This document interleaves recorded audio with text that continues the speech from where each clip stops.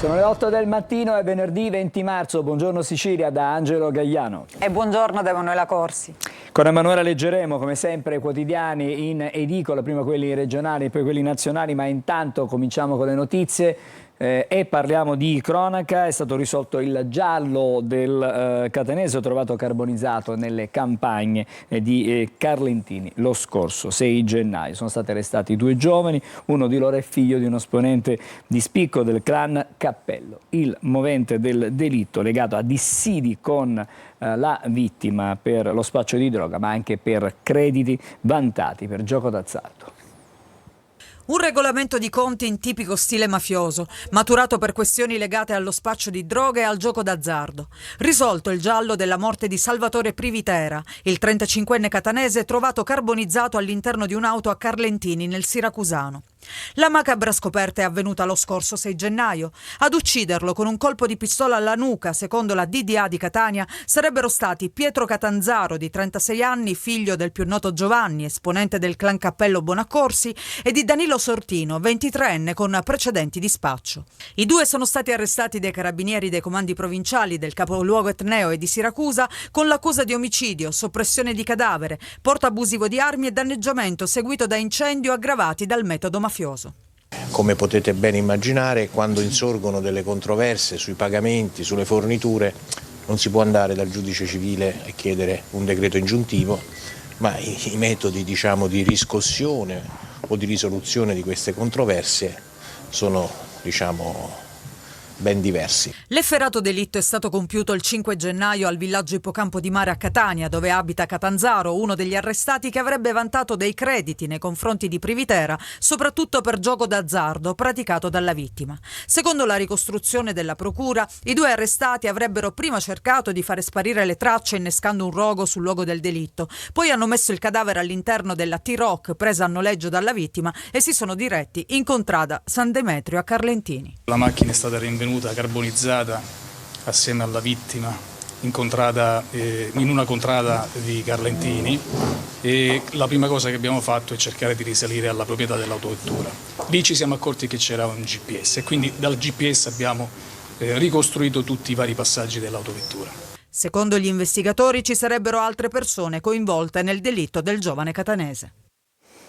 Cominciamo proprio da qui, Emanuela. Andiamo sulla pagina della Sicilia e leggiamo: pestato, ucciso e bruciato, debiti di droga e di gioco, dietro il brutale delitto che ha portato a 2 arresti. Salvatore Privitera, freddato con una fucilata alla nuca mentre si trovava al villaggio Ippocampo di Mare, Fortino dei Cappello. Il cadavere trasportato in auto fino a Carlentini e poi dato alle fiamme. In pochissimo tempo gli inquirenti sono riusciti a risolvere questo giallo. Ricordiamo, il rinvenimento è avvenuto il 6 di gennaio proprio a Carlentini. All'interno di quest'auto c'era appunto questo cadavere e vediamo appunto intanto la scena dove è stata trovata la macchina in questa foto, ma anche nell'altra pagina vediamo alcune ricostruzioni che poi ieri sono state fatte vedere anche in procura, quando c'è stata appunto questa conferenza per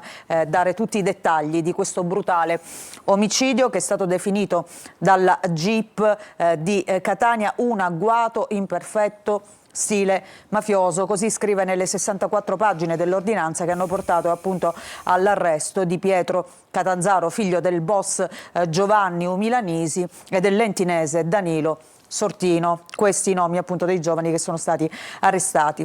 E vediamo anche il retroscena, l'ultimo selfie dei killer prima dell'arresto. Il nuovo pentito inchioda il figlio del boss Danilo Sortino dopo le vacanze di Natale. Ha cambiato telefonino e numero e si è allontanato dalla Sicilia, però è rimasto molto attivo sui social. Questa è una foto appunto che lo ritrae poco prima dell'arresto. Stiamo parlando di uno dei 2 giovani, l'altro dicevamo legato al clan Cappello catanese. Infatti l'omicidio sarebbe avvenuto proprio a Ippocampo di Mare, vicino all'abitazione di uno dei 2. E poi la scena del crimine, il mosaico degli indizi la collanina e il bossolo calibro 12 che sono stati ritrovati dagli investigatori. Ricordiamo che le indagini sono state svolte sia dai carabinieri di Siracusa ma anche dai carabinieri di Catania, perché questo delitto è avvenuto nelle due province, però è stato il GPS in realtà ad inchiodare gli assassini, il GPS appunto dell'auto che era stata noleggiata dalla vittima, come abbiamo sentito anche nel servizio. Grazie Emanuela, vi do un aggiornamento. La Guardia di Finanza di Caltanissetta ha scoperto durante controlli contro il sommerso d'azienda 11 evasori totali per una frode all'erario di 6 milioni di euro. 5 titolari di aziende sono indagati nel settore delle costruzioni e anche dell'autotrasporto. È emblematico il caso di un titolare di un'impresa che ha omesso ogni obbligo tributario per coprire ingenti debiti accumulati con il gioco d'azzardo. E adesso invece a Palermo, perché le vampe di San Giuseppe continuano a destare anche indignazione dopo la folle notte avvenuta allo Zen tra auto e cassonetti in fiamme. Sono state assaltate le forze dell'ordine, feriti 5 vigili del fuoco e la presa di posizione durissima sia dell'arcivescovo Lorefice ma anche del sindaco della città La Galla, che condannano gli episodi. La solidarietà per i vigili del fuoco e le forze dell'ordine arriva dall'arcivescovo Corrado Lorefice, dal sindaco Roberto La Galla e tutti i sindacati. Le vampe di San Giuseppe a Palermo hanno creato disordine e disagi, dalle sassaiole contro i carabinieri e i pompieri all'incendio di cassonetti e automobili rubate allo Zen. Esprimo la mia totale disapprovazione di questo triste fenomeno, perché non ha nulla a che vedere con la devozione autentica nei confronti di San Giuseppe. Assolutamente no. Ha detto l'arcivescovo di Palermo Corrado Lorefice. Danni, vandalismi, feriti, oltre 80 interventi da parte dei vigili del fuoco. Condanno con la massima fermezza quanto accaduto la scorsa notte in diversi quartieri della città, ha detto invece il sindaco di Palermo Roberto La Galla, e in particolare nel quartiere Zen 2, dove una squadra dei vigili del fuoco è stata vigliaccamente aggredita mentre svolgeva il proprio lavoro per garantire la sicurezza di tutti. Solidarietà a chi svolge il proprio lavoro anche da parte dei sindacati CISL e CGIL. Adesso leggiamo questa notizia. In qualche modo le avvisaglie c'erano state nei giorni precedenti, con diverse operazioni anche del personale della RAP che aveva cercato di togliere, diciamo, dalle vie sulla strada questo materiale accumulato. Sì, c'erano state delle aggressioni appunto nei confronti di Polizia Municipale, anche degli operai della RAP. Allora andiamo a vedere queste due pagine sulla Sicilia: feriti, assalti e paura la notte di San Giuseppe tra vampe e guerriglia. Allo Zen 2 i vigili del fuoco circondati e aggrediti, 5 pompieri sono finiti in ospedale, ragazzini che lanciano sassi e bottiglie, tutto questo appunto a Palermo. E poi l'ira di La Galla, come abbiamo sentito, le reazioni delle istituzioni. Questa è delinquenza, non tradizione, dice il primo cittadino del capoluogo siciliano. E ancora vediamo qui sui social sfide e sfottò alle forze dell'ordine. Dove siete? Quindi anche un po' la beffa oltre il danno. E poi vediamo il giorno dopo operai in azione tra i cassonetti che ancora fumano. E sempre sulla stessa pagina i roghi, come rito collettivo nei quartieri si celebra il fuoco, una partecipazione corale per quei gesti che ormai si ripetono da secoli, questa tradizione appunto delle vampe che però il sindaco definisce delinquenza. E ancora le parole dure dell'arcivescovo di Palermo Lorefice, che dice: questo non ha nulla a che fare con la devozione. Lasciamo la Sicilia per vedere anche Repubblica Palermo, vampe, ancora guerriglia, e anche qui la condanna dell'arcivescovo. Fuochi e disordine tra Ballarò, Zen, Zisa, Uditore e Brancaccio. Gli elicotteri hanno sorvolato la città fino a notte inoltrata, e questa è la foto dei resti di una vampa in via Perpignano. E adesso invece ci occupiamo di una vera tragedia, perché una neonata è morta dopo poche ore dalla nascita. Era nata a Canicattì, all'ospedale di Canicattì, poi è stata trasferita in ospedale ad Enna. La procura di Agrigento adesso ha aperto una inchiesta. Ma sentiamo e vediamo i particolari. Dalla gioia per la nascita alla tragedia. Una neonata venuta alla luce senza apparenti complicazioni all'ospedale Barone Lombardo di Canicattì nell'Agrigentino in pochi minuti ha mostrato segni di aggravamento delle condizioni, tanto da fare decidere i medici il trasferimento d'urgenza della piccola all'ospedale Umberto I di Enna. Nonostante ogni tentativo di soccorso, la neonata è deceduta a pochissime ore dalla nascita. I parametri vitali erano gravissimi fin dall'arrivo. Sotto shock e disperati, i genitori hanno denunciato l'accaduto, chiedendo chiarezza e verità sulla morte della figlia. Di fronte alla tragedia, la Procura di Agrigento ha aperto un'inchiesta. Sono stati sequestrati e acquisiti i fascicoli clinici della neonata e della madre in entrambe le strutture coinvolte. La salma della piccola sarà sottoposta ad autopsia per accertare le cause del decesso e fare luce sulla vicenda. E leggiamo anche di questa notizia, Emanuela. Sì, sempre sulla Sicilia, Angelo, neonata morta dopo poche ore, il PM sequestra la cartella clinica, sequestrate le cartelle di una neonata figlia di una coppia di coniugi residenti a Ravanusa, è morta all'ospedale Umberto I di Enna 24 ore dopo essere venuta al mondo al presidio ospedaliero Barone Lombardo di Canicattì. Gli agenti della polizia hanno agito su incarico della Procura di Agrigento ed acquisito anche la documentazione sanitaria della madre nel periodo in cui è stata ricoverata appunto per partorire. La piccola era venuta alla luce nel reparto di ostetricia e ginecologia del nosocomio canicattinese. La gravidanza, da quello che avrebbero dichiarato i familiari, non aveva dato particolari problemi e la bimba era nata senza complicazioni. Adesso si cerca di fare luce su quello che è accaduto perché all'improvviso le condizioni di salute sono precipitate di questa bambina ed è scaturita la decisione di trasferirla ad Enna, dove poi il suo cuoricino si è fermato. Parliamo adesso del piano dei rifiuti presentato dalla Regione. C'è il via libera dall'Unione Europea che ha dato il parere positivo e allora vediamo i particolari. 1 milione di euro destinato alla candidatura di Catania Capitale della Cultura, 800.000 euro stanziati per il Summerfest 2026, 700.000 euro ciascuno per gli eventi natalizi e di Capodanno e per la manutenzione ordinaria e il decoro del centro storico.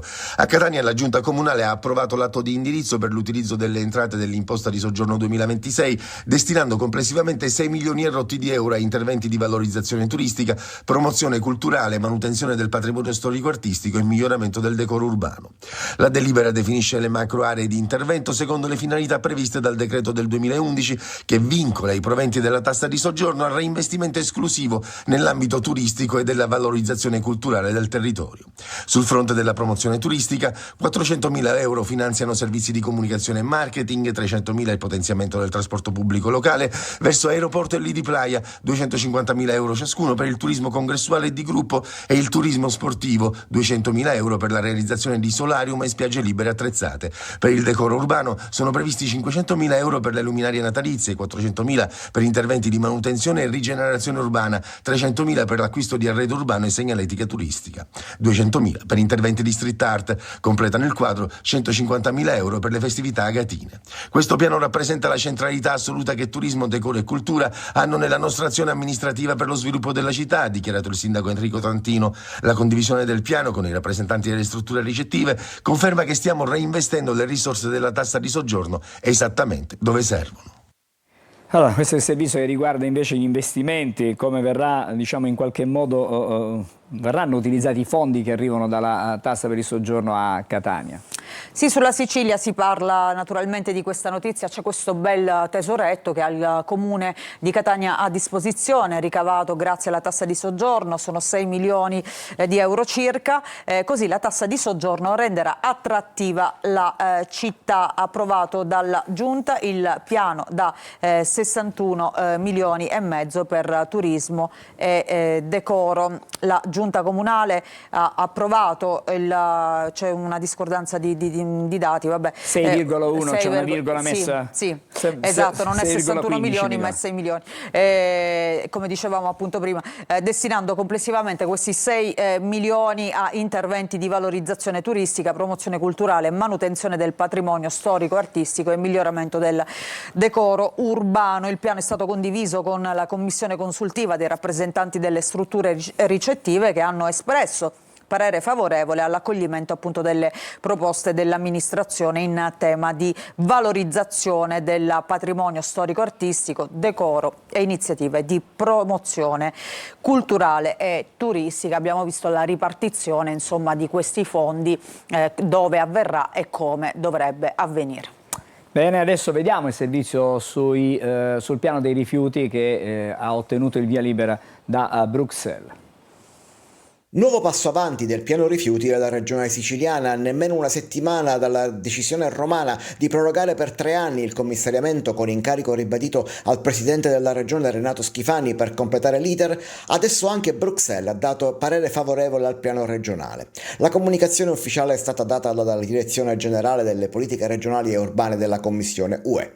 Il piano, che ha ottenuto il via libera, contiene al suo interno la realizzazione di 2 termovalorizzatori, uno a Palermo nell'impianto di Bellolampo, un secondo a Catania all'interno dell'area industriale. I progetti di fattibilità tecnico-economica dei 2 impianti sono in corso di definizione e saranno consegnati entro aprile. Le gare per la realizzazione degli impianti saranno invece pubblicate entro la fine dell'anno, con aggiudicazione e avvio dei lavori nella primavera del prossimo. Nello scorso mese di novembre, intanto, il presidente Schifani aveva incontrato a Bruxelles la commissaria europea per l'ambiente Jessica Roswell, proprio per un confronto sul nuovo piano regionale dei rifiuti che la Sicilia attendeva da anni e che adesso sblocca anche la rete impiantistica per completare il ciclo della raccolta differenziata del riuso. Secondo il piano, che non dovrebbe più avere ostacoli lungo il suo percorso, gli impianti dovrebbero entrare in funzione nel 2028. Allora, termovalorizzatori e poi completiamo la rassegna stampa. Sì, allora vediamo questa pagina di Repubblica Palermo, pagina 5, via libera dell'Unione Europea ai termovalorizzatori, progetti entro aprile, un passo avanti nell'iter dei 2 impianti di Bellolampo e Pantano d'Arci da 800 milioni critici, come sempre gli ambientalisti. Intanto la commissaria europea per l'ambiente Jessica Roswell ha incontrato Schifani per un confronto proprio su questo nuovo piano rifiuti. Allora restiamo su Repubblica Palermo. Vediamo anche la prima pagina. In apertura si parla di referendum, ormai sono le battute finali, domenica e lunedì si vota, ultimi appelli, Fratelli d'Italia precetta assessori e deputati, sbardella a Palazzo d'Orléans, il centrodestra tenta la mobilitazione social per il sì e poi intervista a Provenzano, del PD, se passa questa riforma niente più inchieste sul potere in Sicilia. Ancora vediamo appunto la notizia dei termovalorizzatori anche in prima pagina e quella delle Vampe che abbiamo già visto, e poi vediamo la vicepresidente dell'antimafia chiese al boss 5 assunzioni. Stiamo parlando di Bernadette Grasso, ritornando all'inchiesta che ha visto la sanità nel mirino degli inquirenti per rapporti con la mafia. Ricordiamo che è indagato l'ex manager Iacolino, un altro dirigente regionale, Teresi, è stato arrestato assieme al boss Carmelo Vetro. Bernadette Grasso che ha detto: ma io non sapevo che fosse un mafioso, appunto, in merito a Vetro. E poi Mutolo, il pentito Contrada, informava i clan, la storia è già scritta. Le parole appunto del pentito Gaspare Mutolo al telefono. Ha appena letto su Repubblica l'intervista a uno dei più stretti collaboratori di Bruno Contrade, Fisio Puddu, che si è confidato col cronista davanti alla chiesa dove è stato celebrato il funerale dell'ex 007 morto pochi giorni fa. E poi vediamo nel taglio basso, la Digos indaga sulle svastiche che sono apparse a Palermo, esattamente in piazza De Gasperi. Vediamo appunto questa fotografia. Andiamo a vedere la prima pagina della Sicilia. E allora vediamo qualche notizia regionale. Intanto il processo a Milano, i nuovi pentiti che fanno tremare mafia e politica anche in Sicilia. E ancora la notte delle Vampe, tra paura e danni, la Galla e l'Orefice sono delinquenti. Queste appunto le reazioni del sindaco e dell'arcivescovo. E poi l'inchiesta a Catania, ucciso e bruciato, cocaina e bische dietro il delitto, 2 in manette, notizia che abbiamo già visto. Ancora vediamo la prima pagina del giornale di Sicilia, l'apertura dedicata a questo piano rifiuti, termovalorizzatori, via libera dall'Unione Europea, entro l'anno le gare per gli impianti a Palermo e Catania, il via ai lavori nella primavera del 2027. E poi ancora, non solo Vampe, lo Zen sfida lo Stato. Il parroco di San Filippo, Neri, legge la rivolta come un altro attacco nel rione. Ancora la Gazzetta del Sud.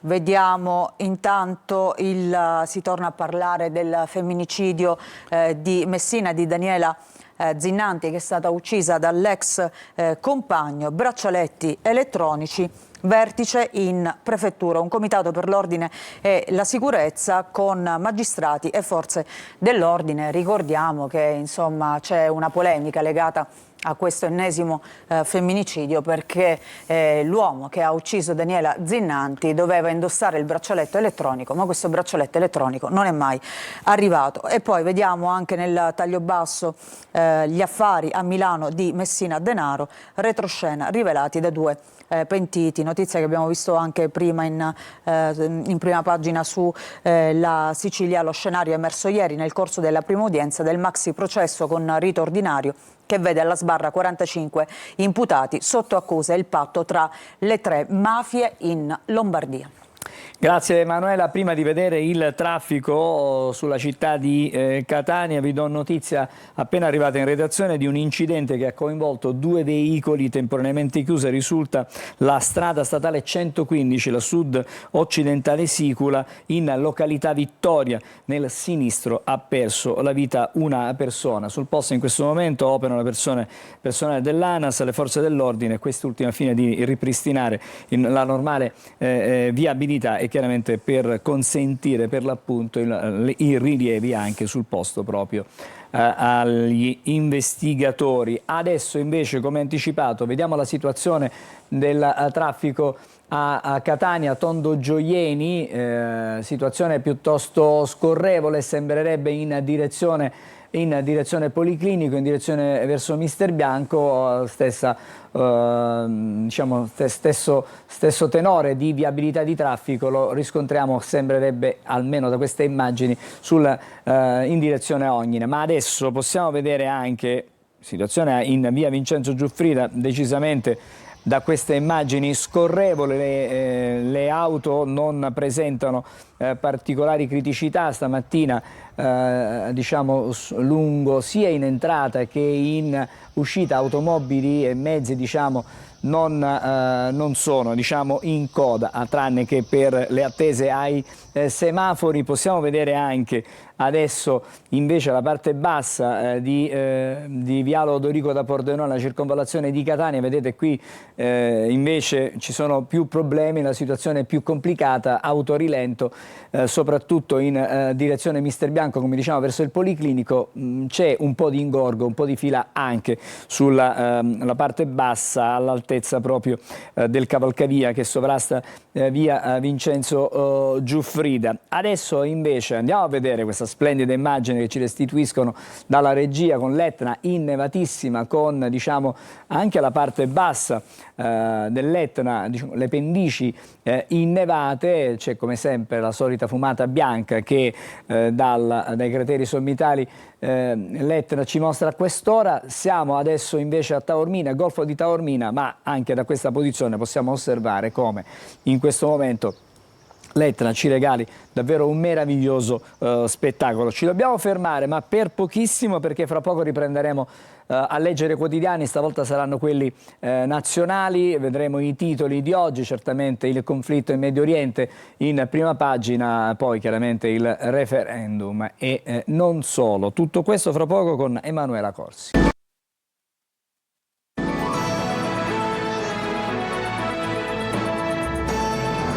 Torniamo di nuovo insieme adesso da Emanuela per leggere i quotidiani nazionali. Sì, come dicevi tu Angelo, in primo piano c'è sicuramente la guerra in Medio Oriente, soprattutto riflettori puntati sullo stretto di Hormuz, e allora andiamo a vedere il Corriere della Sera, nuovi raid sul gas, trema l'Europa, bruciati 420 miliardi, il piano per Hormuz, Italia e altri 5 paesi pronti a inviare navi se cessano però le ostilità. L'Iran, siete complici, balzo dei prezzi, intanto giù le borse, il Qatar impatti sulle forniture anche per Roma, ma si parla anche del referendum della giustizia, sono le ultime ore di campagna prima che scatti il silenzio elettorale e quindi giustizia, scintille finali, si chiude la campagna, Meloni va da Fedez, la Schlein in Rai, e poi le ragioni del sì e del no, Mantovano contro Grosso. Ancora il caso del Mastro che fa discutere, atti nell'inchiesta dell'antimafia per quanto riguarda i rapporti tra il sottosegretario alla giustizia con la figlia di un boss, soprattutto gli affari con quest'ultima. E poi oggi è su tutte le prime pagine, l'ho lasciato per ultimo, ma vediamo appunto a metà pagina è occupata del Corriere proprio dalla foto di Umberto Bossi che si è spento all'età di 85 anni, addio a Bossi, il senatur che fondò la Lega Nord, una vita da leader, l'ictus che lo colpì diversi anni fa non lo fermò. E poi leggiamo, è stato l'ultimo rivoluzionario per le sue idee, il suo progetto di politica, con il rapporto con Berlusconi, intese e strappi, un rapporto di amore e odio appunto con Silvio Berlusconi, suo alleato ma a volte suo nemico appunto per quanto riguarda la politica. Ricordiamo il primo governo Berlusconi nel 94 che cadde proprio per la Lega Nord dopo pochi mesi, e poi quel ribaltone che spinse l'Ulivo e i suoi rapporti invece con la sinistra, quindi diciamo che a periodi alterni Bossi si è avvicinato a coalizioni di centrodestra ma anche a quelle di centro-sinistra.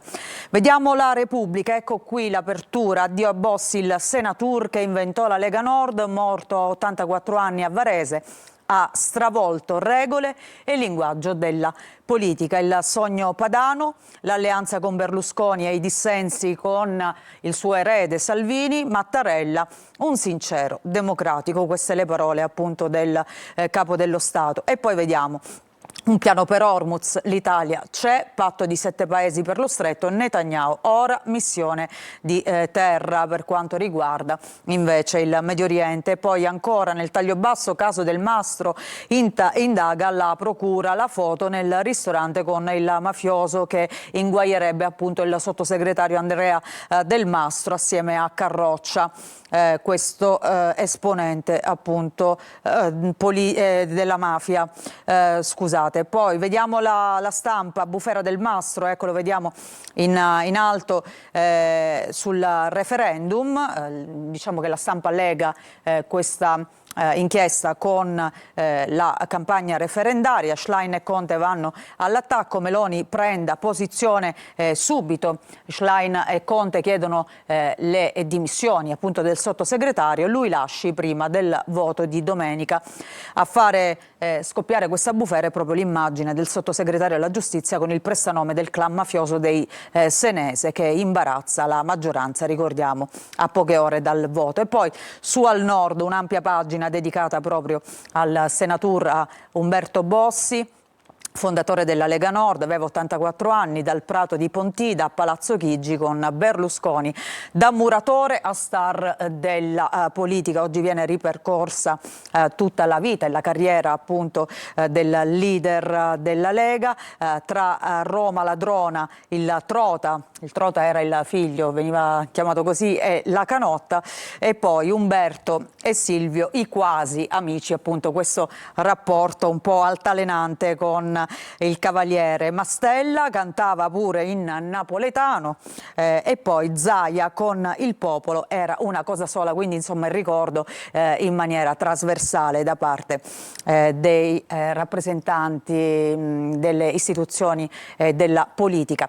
Vediamo avvenire patto per lo stretto, l'apertura, impegno di 7 paesi per la sicurezza alle navi in transito a Hormuz, c'è anche l'Italia, e poi asse Roma-Copenaghen sui migranti, frontiere chiuse in caso di ondata dal Medio Oriente. Poi vediamo quale parola in famiglia, Leone XIV convoca i vescovi, l'annuncio del Papa, 10 anni da Amoris Laetitia, incontro ad ottobre. Ci sono questi dati del Ministero che riguardano l'aborto, sempre più pillole e sempre meno obiettori. Ancora, vediamo il manifesto. L'imbarcata titola 7 paesi europei si dicono pronti a garantire la sicurezza delle navi nello stretto di Hormuz, ma solo con la tregua e su mandato dell'ONU. C'è anche l'Italia, Meloni prova a smarcarsi un po' da Trump che reagisce male e dice è tardi e rischia sempre di più il coinvolgimento nella guerra. E poi il referendum, mancano 2 giorni, la destra in affanno per questa vicenda che colpisce il sottosegretario Del Mastro e che inguaia la campagna del sì. C'è la foto con il condannato per mafia. Il resto del Carlino, il piano per liberare Hormuz, l'Italia frena solo con l'ONU. E poi un altro femminicidio, questa volta avvenuto a Bologna, donna uccisa, lo strazio della madre, non ti ho protetta, l'assassino è il marito. La donna voleva ricominciare una vita, voleva lasciare il marito, aveva un nuovo compagno, ma lui non ha accettato la fine appunto del loro matrimonio. E poi vediamo nel taglio basso a Milano, tram deragliato, le indagini, 12 secondi prima dell'incidente, l'autista era al telefono. La chiamata a un collega, ma resta anche l'ipotesi però del malore. Il Messaggero, bombe su gas e petrolio, le borse vanno giù, Medio Oriente, Iran colpisce le raffinerie, il Brent va a $120 circa, poi cala. Trump a Israele, basta colpire impianti, piano di Londra con Roma e altri paesi per Hormuz, come abbiamo visto, ma l'Italia azione militare soltanto con l'ONU. Riforma ETS, Merz apre a Meloni, Mattarella, l'Europa dica no al sovranismo assoluto, questo nel sommario. E poi l'addio a Bossi, il Senatur che sognava la Padania ma fu convertito dall'Italia. Vediamo un'ultima prima pagina, Angelo. Sì. Vediamo il Sole 24 Ore, ecco, borse in caduta, rally di gas e petrolio, sfondati 70 euro dopo i raid su gli impianti GNL ed è paura stagflazione. Il Qatar fino a 5 anni per il ripristino di Ras Laffan, rischio stop per i contratti. E poi gasolio, sconti del 12% ma al debutto prezzi in salita, via i controlli. Dopo il decreto del governo qualcuno ha sottolineato che i prezzi sono saliti e che ancora non è stato applicato questo sconto, dicevamo, di 25 centesimi su benzina e gasolio, di 12 centesimi invece sul GPL. Bene, grazie a Emanuela, ci fermiamo qui, fra poco saremo di nuovo insieme, per adesso facciamo una brevissima sosta.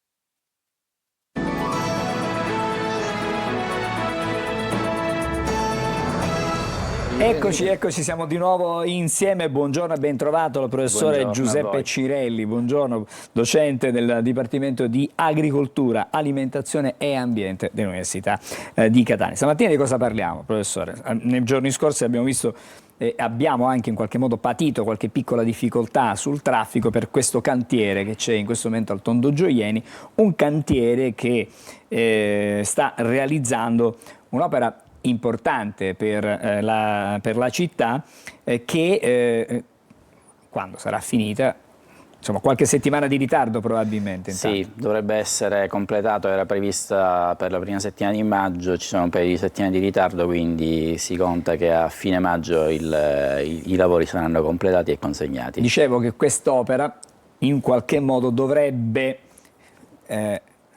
filtrare le acque, diciamo, che arrivano dalla parte alta della città, da qualche paese anche etneo, e alleviare le difficoltà su via etnea. Sì, il progetto è un progetto di tipo dimostrativo che viene realizzato nell'ambito di un progetto di ricerca europeo.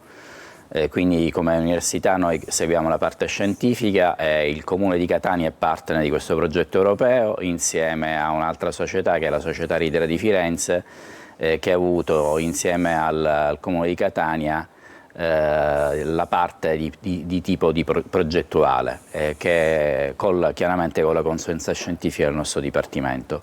L'obiettivo di questo intervento è un intervento, ripeto, di tipo dimostrativo, non potrà risolvere i problemi di allagamento di Catania, ma è un primo passo verso una nuova direzione che è un nuovo paradigma che c'è a livello internazionale in cui non vengono utilizzate le infrastrutture verdi per assorbire e far infiltrare l'acqua. Questo comporta sia un miglioramento della qualità dell'acqua, perché le acque di scorrimento sulle strade sono molto inquinate, sono assai più inquinate delle acque che provengono dalle nostre abitazioni, soprattutto nei cosiddetti primi minuti di pioggia. E poi abbiamo la possibilità anche di ridurre l'apporto sulle infrastrutture di drenaggio tradizionali di questi volumi d'acqua che noi riusciamo a trattenere e infiltrare. Professore, ma in qualche modo si prepara la città a quelli che sono gli effetti del cambiamento climatico, no? Perché le cosiddette bombe d'acqua, cioè quelle che riversano un quantitativo di pioggia importante, significativo, in una zona ben delimitata, un tempo non c'erano, o ce n'erano, insomma, c'erano raramente. Adesso questi episodi sono sempre più frequenti. Allora, nella storia di Catania sappiamo bene che ci sono stati eventi ricorrenti in cui la città è stata purtroppo soggetta a questi allagamenti in ambito urbano. Non è un problema solamente di Catania, è un problema che sta investendo tutto il mondo. Quest'inverno ci sono stati problemi di allagamento della città di Parigi, ci sono stati a Londra, Seul è rimasta sott'acqua, quindi c'è un problema che le infrastrutture di drenaggio tradizionali a Catania, come a Milano, come a Seul e come a Londra, sono progettate per degli eventi che non sono particolarmente intensi e non è pensabile poterle progettare più grandi, perché altrimenti dovremmo riempire il sottosuolo di tubazioni e distruggere praticamente il tessuto urbano della città per mesi o se non per anni. Quindi sarebbe, a parte le risorse economiche ingentissime, quindi la nuova tendenza che viene attuata da circa 20 anni, che è nata un po' dal modello delle cosiddette città spugna cinesi, è quella di utilizzare il territorio per trattenere e assorbire l'acqua in maniera tale da ridurre i problemi appunto di allagamento in ambito urbano, che è un problema, ripeto, che si sta sempre più verificando e quindi Catania purtroppo non è solo in questo settore. Lei dice che questa è un'opera dimostrativa, diceva prima, esatto. Però nel progetto l'obiettivo è quello di intercettare 11.000 metri cubi di acqua all'anno che provengono da un bacino di circa 110 ettari, quindi insomma sarà dimostrativo, però in qualche modo interviene. Sì, diamo un piccolo contributo alla risoluzione di un problema, quindi, però la cosa che noi speriamo è quello che da questo piccolo esempio ne vengano altri realizzati sul territorio e le tecnologie come questa che vengono chiamate Sustainable Drainage System, cioè i sistemi di drenaggio urbano sostenibili, potrebbe trovare applicazioni in altri contesti della città di Catania. Nell'ambito del PUG, proprio noi come Dipartimento abbiamo anche fatto le proposte al Comune di Catania di vincolare alcune aree che sono delle aree in cui ci sono le cosiddette lave storiche che ancora sono presenti nel territorio urbano, soprattutto nella zona che va appunto dal Tondo Gioieni fino al confine col territorio di Mister Bianco. Queste aree sarebbero perfette per realizzare sistemi appunto di drenaggio urbano sostenibile come quello che stiamo realizzando in piccolo al Tondo Gioieni. Allora, lei diceva che il progetto fa parte di una più ampia collaborazione europea che è denominata CARDIMED. Sì, l'acronimo non è felicissimo perché sembra un convegno di cardiologi del Mediterraneo, però l'obiettivo è sull'adattazione, sarebbe un adattamento al clima e all'aumentare la resilienza dei sistemi urbani. E il demo site appunto di Catania è il più importante tra tutti i 9 demo site che vengono realizzati in diverse parti del mondo. Pensate che è un progetto che coinvolge 56 partner, dalla Turchia, dalla Francia, Spagna e tutto il bacino del Mediterraneo. La cosa interessante è che anche merito di questo progetto è che il Comune di Catania adesso sta entrando a far parte del Lab nazionale sulle soluzioni basate sulla natura. E da qui potrebbero anche nascere importanti, diciamo, riconoscimenti per Catania, ma soprattutto poter attingere a finanziamenti che sono ingenti in questo settore che vengono erogati dall'Unione Europea. Se mi permette una cosa, giusto per dire, il Comune di Catania non sta spendendo un euro, perché c'è stata molta polemica su queste cose, perché ha attinto a questo finanziamento, quindi tutta la parte sia di realizzazione sia di progettazione dell'opera è a carico del progetto europeo, quindi non un solo euro delle casse cittadine sono stati spesi per poter realizzare questi interventi di tipo dimostrativo. Professore, come sempre quando si fanno delle cose c'è sempre in qualche modo qualche critica che viene avanzata, ma ci sono dei rischi? Io le faccio una domanda un po' più diretta, ci sono rischi da questo intervento che state facendo perché il sottosuolo di Catania potrebbe risentirne? No, assolutamente, diciamo, i volumi che, diciamo, purtroppo per fortuna i volumi che noi riusciamo a intercettare con questo intervento sono modesti, quindi ripeto non potremmo risolvere i problemi di Catania. E la permeabilità delle lave vulcaniche in quella zona, dalle sondaggi che sono stati effettuati, sono elevatissime, quindi lo escludo nella maniera più assoluta. Allora, ma noi dobbiamo parlare anche della Giornata Mondiale dell'Acqua che si celebra domenica prossima. Si celebra domenica prossima, è un evento che è organizzato dalle Nazioni Unite a partire dal 1992 per sensibilizzare l'opinione pubblica sui problemi della gestione di risorse idriche. Il tema di quest'anno è quello del water e gender. Perché? Perché sostanzialmente vi è un problema che soprattutto le donne, che sono quelle che a livello mondiale gestiscono le risorse idriche per tutta una serie di faccende di tipo domestico, della vita sociale, sono quelle che di fatto non entrano in gioco nei processi decisionali per la gestione delle acque. Soprattutto nei paesi come può essere l'America del Sud, l'Africa, le donne non hanno sostanzialmente un ruolo fondamentale per la gestione di risorse idriche e si è visto che dove ci entrano invece le donne nella gestione dell'acqua tutto migliora. Le cose vanno meglio. Vanno sicuramente meglio. No, ma su questo volevo insistere, perché stamattina c'è un incontro che si chiamato Risorse idriche, equità di genere e di diritti. Stamattina proprio alle 10:30. Alla Scuola Superiore di Catania, è un evento che abbiamo organizzato con la professoressa Ida Nicotra e con il patrocinio del mio dipartimento, ma anche del Dipartimento di Ingegneria Civile e Ambientale, che ha come focus proprio questo tema, in cui abbiamo coinvolto non solo gli ingegneri, ma anche, diciamo, persone che si occupano di diritto, abbiamo coinvolto studenti, perché avevamo idea di realizzare un evento in cui sono solamente donne a parlare intanto, per la prima volta forse in un convegno sono solamente donne a parlare,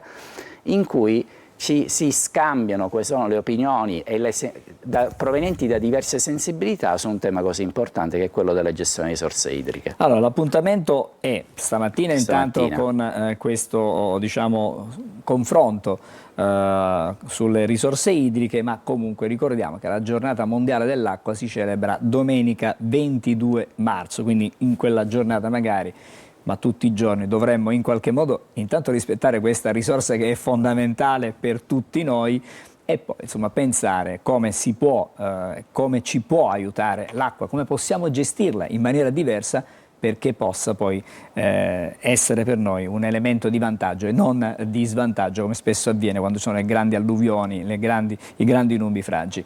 Grazie al professore Giuseppe Cirelli questa mattina con noi, che è docente del Dipartimento di Agricoltura, Alimentazione e Ambiente dell'Università di Catania. Fra poco passiamo da un liquido all'altro, professore, stamattina stiamo parlando di acqua, ma fra pochissimo, ahimè, Parleremo di quello che sta succedendo, cioè dei rincari dei carburanti, di come incide il decreto che è stato predisposto dal Consiglio dei Ministri e se effettivamente questi sconti in qualche modo sono già alla pompa oppure no e quando arriveranno e se ci arriveranno, visto che il prezzo del greggio continua a salire. Grazie professore, grazie a voi per essere con noi stamattina. Ci fermiamo, breve sosta e poi parleremo proprio del caro carburanti. Ben ritrovati da Sofia Inglese di Trebi Meteo. Tornerà a splendere il sole anche sulle regioni meridionali nella giornata di venerdì, salvo per un po' di residua variabilità sulla Sicilia. Andiamo infatti a vedere ora nel dettaglio.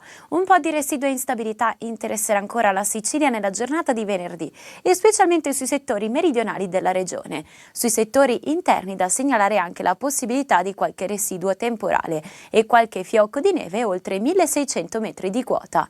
Temperature massime che non subiranno particolari variazioni con punte ancora una volta intorno ai 16 gradi. Tendenza a un miglioramento, sabato tornerà infatti a splendere il sole, salvo per un po' più di variabilità nel pomeriggio sui settori interni con delle nubi a tratti compatte, ma con il basso rischio di precipitazioni. I venti saranno in prevalenza deboli, con mari infatti poco mossi e temperature massime che si aggireranno ancora una volta intorno ai 16 gradi. Tutti i dettagli precisi sull'app di Trebi Meteo. Allora, l'abbiamo già anticipato, è il momento di parlare del caro carburanti e del taglio delle accise. Ci si aspettava già qualcosa nella giornata di ieri, forse alla pompa vedremo qualcosa di più concreto oggi, ma per parlare proprio di questo tema abbiamo in collegamento, lo vedo già, Ivan Calabrese. Buongiorno e ben trovato. Buongiorno a voi.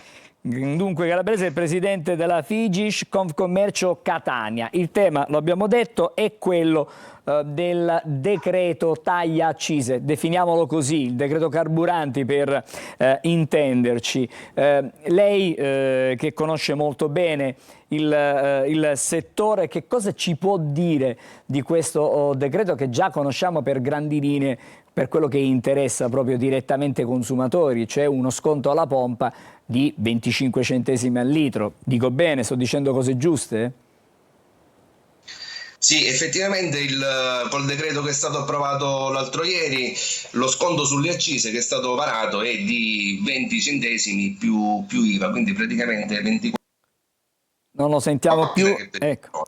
C'è stato un attimo di interruzione del collegamento, diceva 20 centesimi più IVA.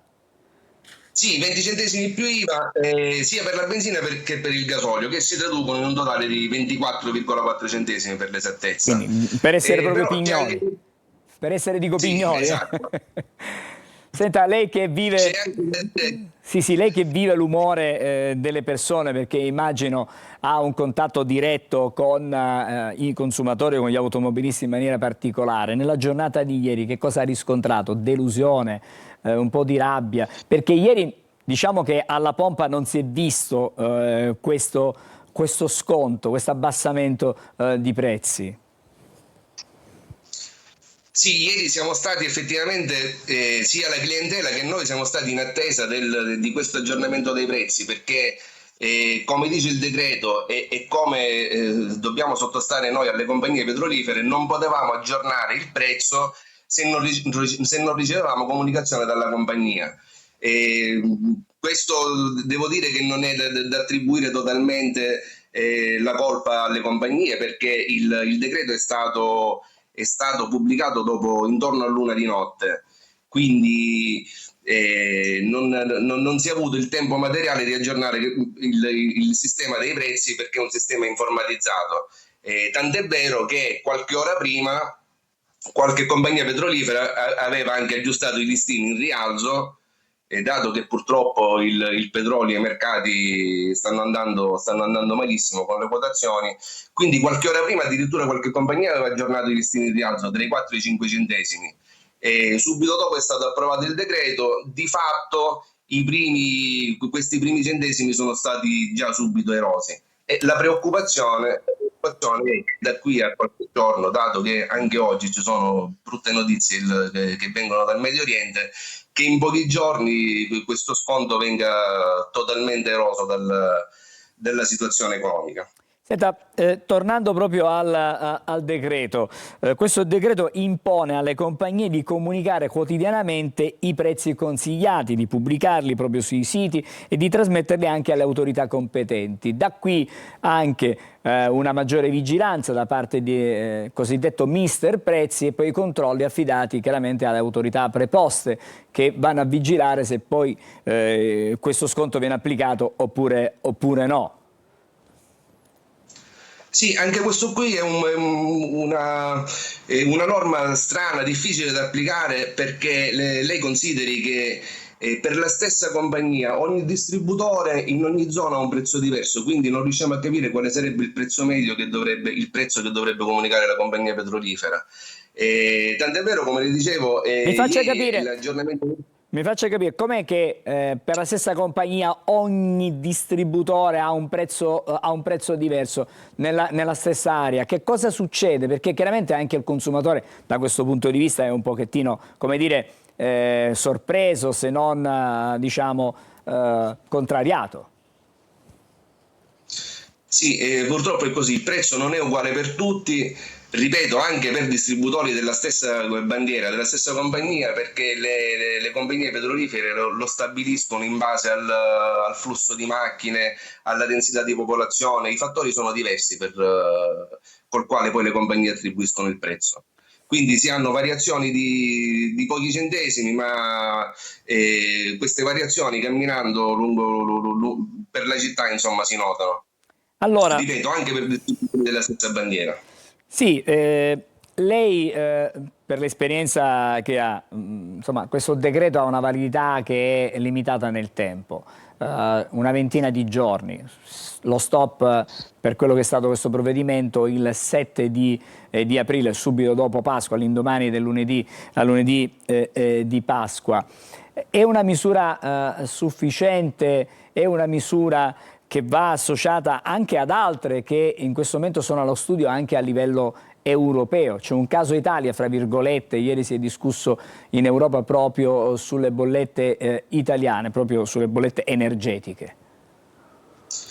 Sì, io credo che si debba studiare qualcosa di più strutturale, perché è strutturato, perché questo arco di 20 giorni è pochissimo, e ripeto, se i mercati finanziari, le quotazioni del petrolio continuano ancora a salire, questi 25 centesimi di sconto sulle accise rischiamo di perderli nel giro di pochi giorni. Ripeto, proprio ieri che è partito il decreto, in concomitanza c'è stato un aumento di 5 centesimi nei listini dei distributori. Suppongo che questi 20 giorni ovviamente non siano sufficienti, che credo ci sia qualche proroga in futuro. Allora, invece fino adesso abbiamo parlato di quello che poi costa agli automobilisti andando alla pompa, perché c'è un risparmio indubbiamente, 25 centesimi, poco meno di 25 centesimi come lei ci ha detto, al litro. Quanto incidono su un pieno? Lei insomma di questo è un esperto. Sì, su un pieno medio incide per circa 7 euro. Insomma, 7 euro, se considera che magari ci sono persone che fanno magari molta strada, incominciano a essere, diciamo, davvero un esborso importante e significativo. Ma invece per voi, adesso parliamo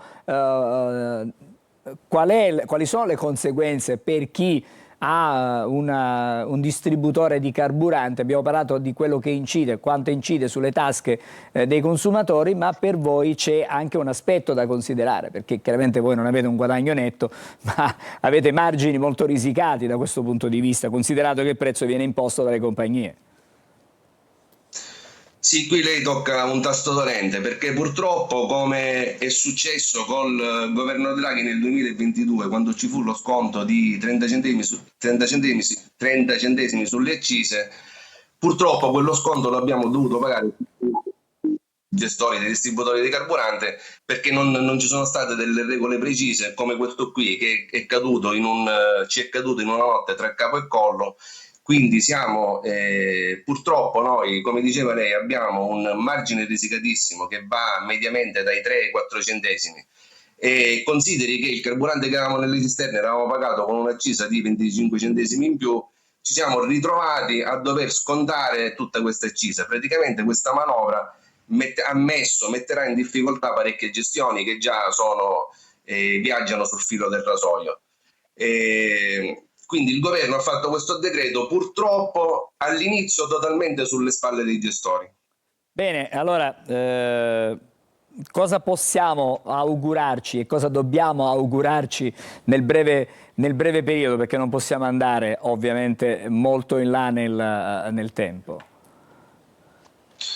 Nel breve periodo possiamo augurarci che la situazione ritorni, insomma, con i prezzi antecedenti questo conflitto in Medio Oriente, se gli attori principali di questo conflitto la smettano di giocare con le bombe, se no non vedo bei tempi o perlomeno nel prossimo futuro. Senta, però lei ci conferma che stamattina lo sconto in tutte le pompe sul territorio, diciamo, italiano applicano questo sconto di 25 centesimi? Sì, stamattina tutti i distributori sono allineati. Ieri purtroppo tra problemi informatici, tempistiche e, come vi dicevo prima, per le compagnie, per ogni distributore devono elaborare un prezzo. Comunque già nel primo pomeriggio, intorno alle 15-16 del pomeriggio, eravamo già quasi tutti allineati con lo sconto delle nuove accise, ma stamattina le posso assicurare che tutti hanno il prezzo aggiornato alla luce, insomma, del nuovo decreto. Se così non fosse, sappiamo che già stamattina la Guardia di Finanza sta facendo dei controlli massivi. Se così non fosse, chi non aggiorna i prezzi ovviamente pagherà le penali che sono previste. Grazie Ivan Calabrese, che è presidente della Figish Confcommercio Catania. Una buona giornata a lei. Una buona giornata ancora, grazie per essere stato con noi. Ci dobbiamo fermare, breve sosta, poi parleremo ancora delle giornate FAI di primavera. Oggi andiamo a Ragusa.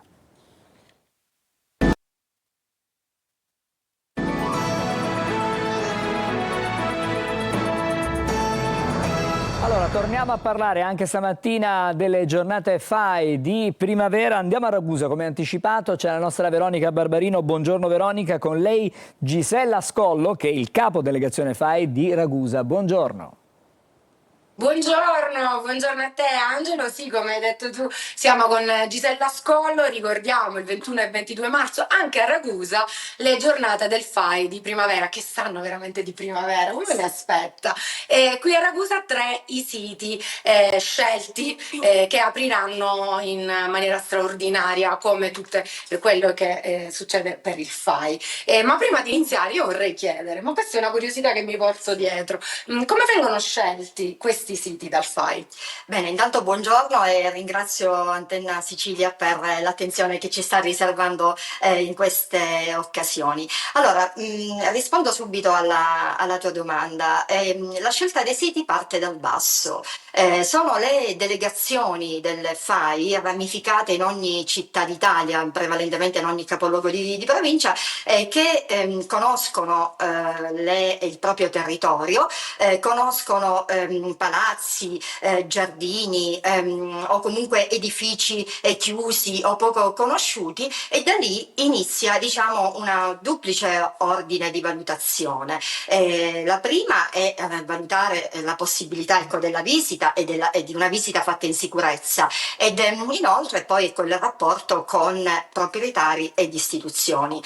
Dopodiché si fa la proposta alla FAI direzione nazionale, e da lì poi nasce tutto il programma. Però, ecco, ripeto a dire, sono le delegazioni che a livello locale operano questa scelta.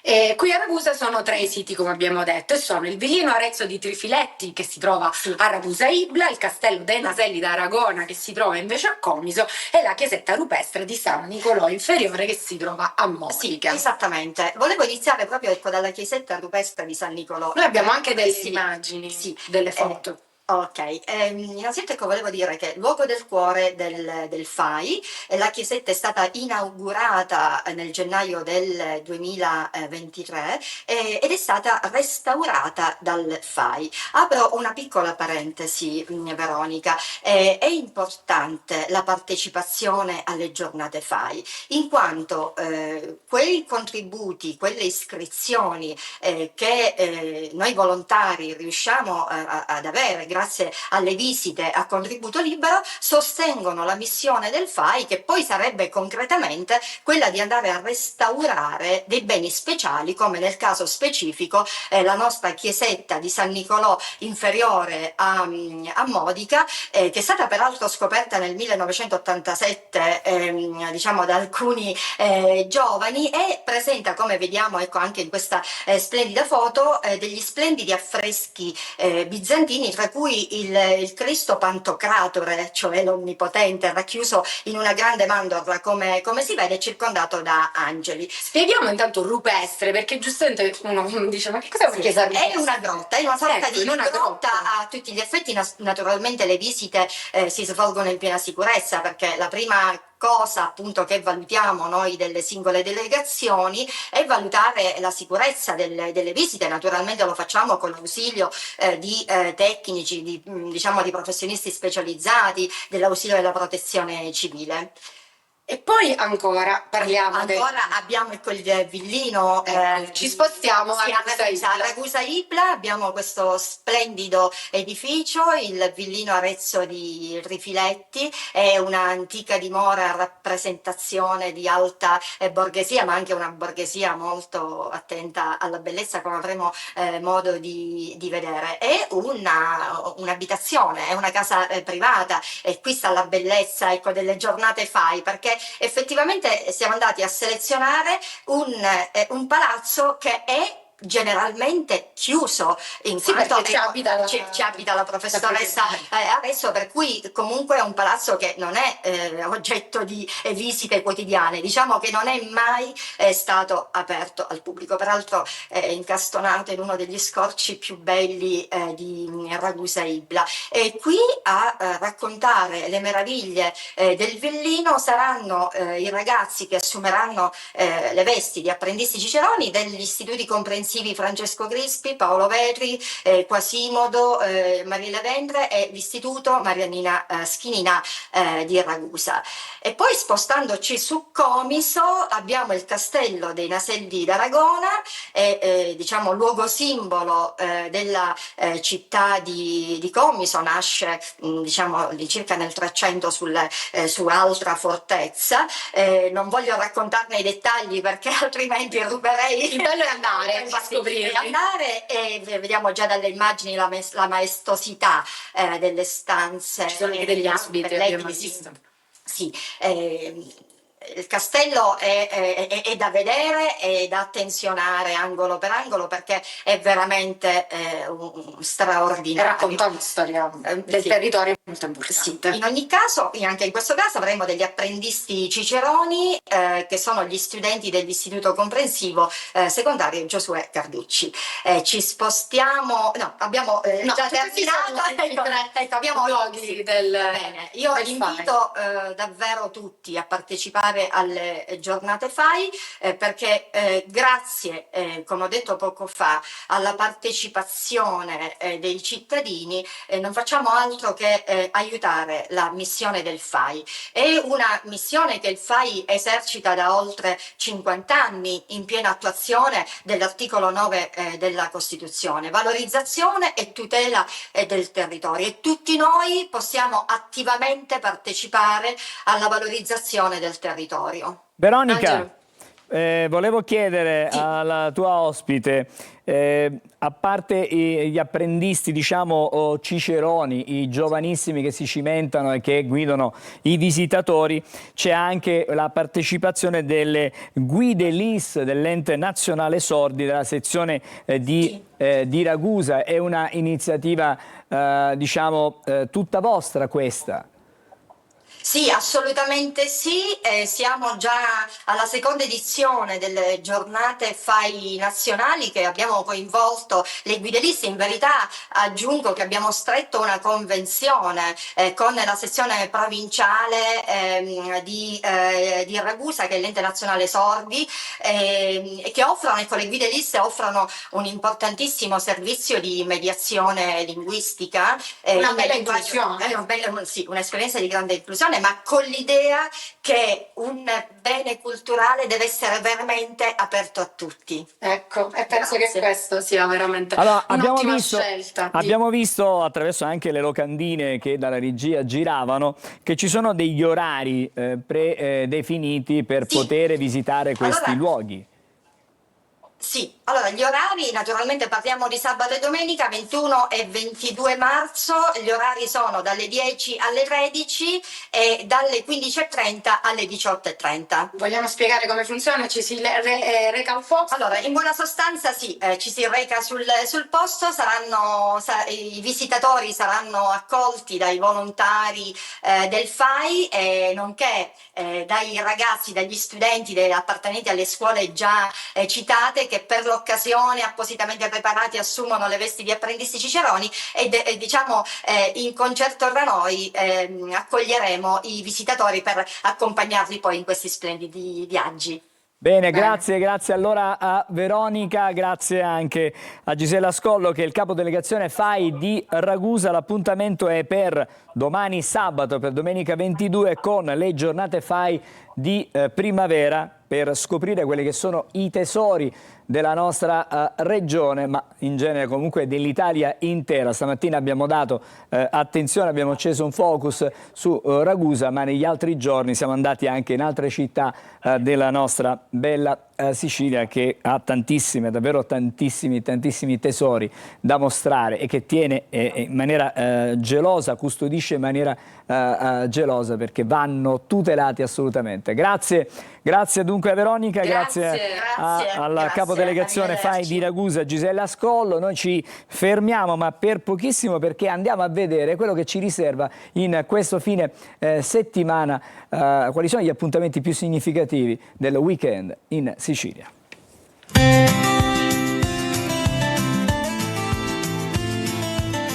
Weekend in Sicilia, tutto il meglio degli eventi da non perdere.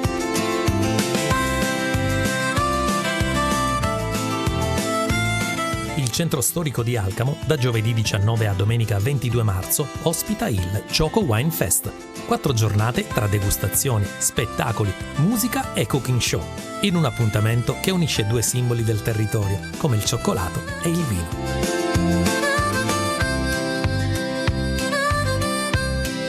Sabato 21 e domenica 22 marzo, Catania rientra nel programma delle giornate FAI di primavera, che in Sicilia propongono 65 aperture straordinarie. Tra i luoghi segnalati c'è anche il criptoportico del Giardino Bellini, uno degli spazi più particolari da scoprire in città.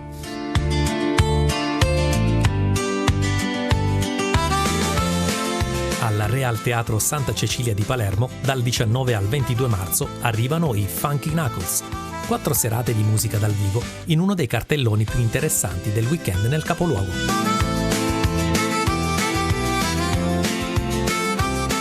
All'Orto Botanico di Palermo, tra venerdì 20 e sabato 21 marzo, spazi a Respiri di primavera.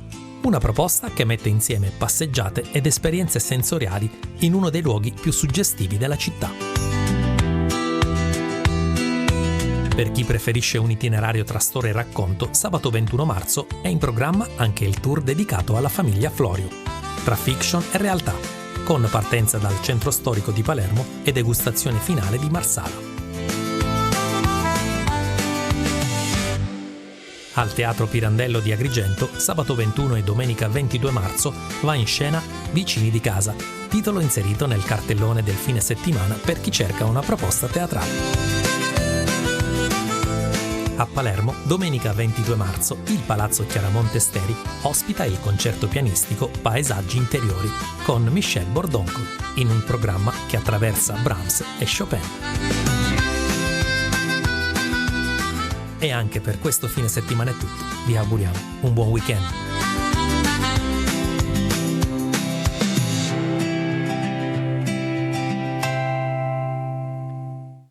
Abbiamo visto cosa ci riserva la Sicilia per questo fine settimana, adesso è il momento di sapere cosa le stelle riservano a tutti noi per il weekend. C'è l'oroscopo.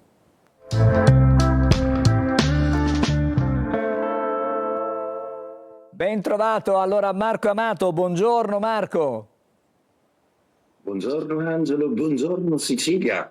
Allora, siamo ormai per iniziare il fine settimana, no? Con il venerdì cominciano le grandi manovre per chi ha la possibilità di poter staccare la spina e di potersi concedere qualche giorno, diciamo, di relax. Le stelle che cosa ci dicono? Ebbene, le stelle intanto questo weekend ci augurano buona primavera, proprio perché il sole scivola in Ariete e dà il via al capodanno zodiacale. Esplode tutto nello zodiaco in maniera positiva, vitale, perché il sole d'Ariete significa nuovo inizio, nuova vita. Cosa riserva però questa primavera? Il sole, Nettuno, Saturno, Luna e Venere sono tutti in Ariete. All'inizio dell'anno ho parlato di una nuova governance, è una primavera molto auspicabile e importante proprio perché pianeti come Saturno e Nettuno e Giove e Urano anche con i suoi cambiamenti gestiranno un assetto che ci fa ben sperare nella fine di una serie di brutture che hanno riguardato per adesso il pianeta. Quindi è una primavera che porta bene perché verranno prese delle decisioni importanti, forti e capaci. Ma ora andiamo ai segni zodiacali e vediamo cosa accade. Ariete, per voi è l'inizio di una nuova era, dopo anni adesso siete al posto di comando. Questa primavera inizia con delle responsabilità molto strutturate, nuove, forti e tutto vi porterà a essere stabili e felici. Luna e Venere dicono anche che c'è l'amore. In bocca al lupo Ariete. Toro, non siete voi i super favoriti di questa primavera, per ora, ma lo sarete tra poco, proprio perché sta per arrivare Venere e questa primavera e questo periodo e questo weekend saranno soprattutto di intuito e di riorganizzazione. Gemelli, per voi finalmente i pianeti sono un coacervo di sicurezza sul quale potrete contare. Parlano di desideri realizzati, di squadra e di una nuova relazione che sta per arrivare. Nel caso del Cancro, invece, tutti i pianeti in Ariete sono in quadratura. Questo weekend inizia una fase molto importante per voi perché dovrete decidere cosa fare della vostra vita sanitaria, personale e lavorativa. Leone, super favoriti questo weekend perché avete ben 5 pianeti dalla vostra parte. Un leone che rinasce, che torna in campo sovrano e capace e pronto a vivere delle nuove realtà affettive e lavorative. Vergine, sono finiti i tempi duri finalmente per voi. I Vergine hanno gestito una situazione molto complessa e adesso finalmente si possono rilassare e godere un po' meglio il proprio rapporto sentimentale e dedicarsi alle passioni già da questo weekend. Bilancia, per voi sono 5 pianeti in opposizione. Ecco, i Bilancia avranno una bella gatta da pelare a cominciare da questo weekend, ovvero una riorganizzazione in toto del proprio tempo e di come gestire tutti i progetti che hanno a che fare con la vostra vita. Scorpione, per voi è un alleggerimento proprio perché i pianeti non vi stressano più, non vi chiedono più di vivere un po' al cardiopalma come in genere Scorpione. Quindi in questo video riprendete alcuni rapporti che avete un pochino esacerbato. Sagittario, super favoriti anche voi, tutti e 3 i segni di fuoco lo siete con 5 pianeti in Ariete.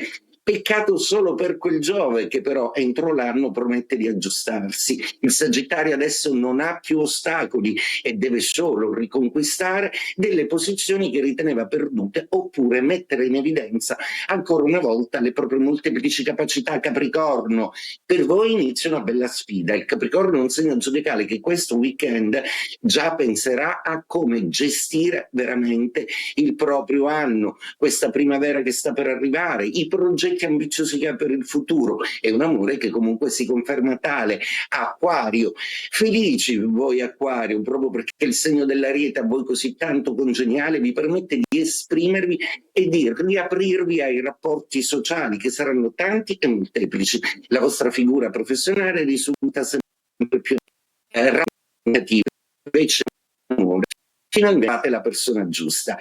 pesci, più libero il vostro cielo, più sereno. Ora potete godervi veramente i frutti di tanti lavori che avete fatto. 5 pianeti nella vostra seconda casa significa che la visione che avevate era giusta e adesso tutto funziona ed è bene che vi gratifichiate, spesso non lo fate. Detto questo, auguro a tutti uno splendido weekend e una buona primavera a tutta la Sicilia. Ciao Angelo, ci rivediamo la prossima settimana in primavera. Grazie, grazie, grazie Marco, buon fine settimana anche a te, buona primavera. Adesso invece andiamo dalla nostra Emanuela che ci parla di cibo del futuro? Il cibo del futuro, sì, ci sono delle novità, la ricerca fa dei progressi e pensa che arrivano queste novità dall'Università di Torino. Siamo sulla stampa, l'Università di Torino che trasforma gli scarti alimentari in proteine facendo fermentare un microfungo che poi si trasformerà in tagliatelle, in carne, in... Addirittura. Sì, sì, un unicum al mondo che verrà brevettato. Dicevamo, tagliatelle, hamburger e barrette, la biomassa creata da questo fungo può assumere la forma che preferiamo, restando però vegetale. Sono tutte proteine assolutamente vegetali. Allora vediamo le colonie del fungo in questione, che è l'Aspergillus ocraceus, sono queste qua rosse. C'è la responsabile di questa ricerca che si chiama Cristina Varese, ha detto: abbiamo creato un prodotto di qualità e sostenibile anche a livello economico e ambientale. Il gusto è saporito, consistenza carnosa, oltre il 50% di proteine, costo quasi nullo, la fermentazione dura soltanto 4 giorni, serve poca energia. Insomma, questo è quello che potrebbe finire un giorno nelle nostre tavole da questo fungo, poi dei cibi lavorati appunto che avranno tutte queste caratteristiche di cui parlavamo. Grazie per queste belle notizie che ci dai. Dimenticati una bella fiorentina, Angelo, sarà tutto così, diciamo, creato un po' in laboratorio. Bene, bene, grazie Emanuela, ci fermiamo qui con Buongiorno Sicilia per questa settimana. Grazie a chi ha lavorato questa mattina con noi in regia, con Roberto Stramondo, anche Fino La Leggia, Ottavio Longo e Angelo Pandolfo. Mi fermo qui e auguro a tutti voi un buon fine settimana.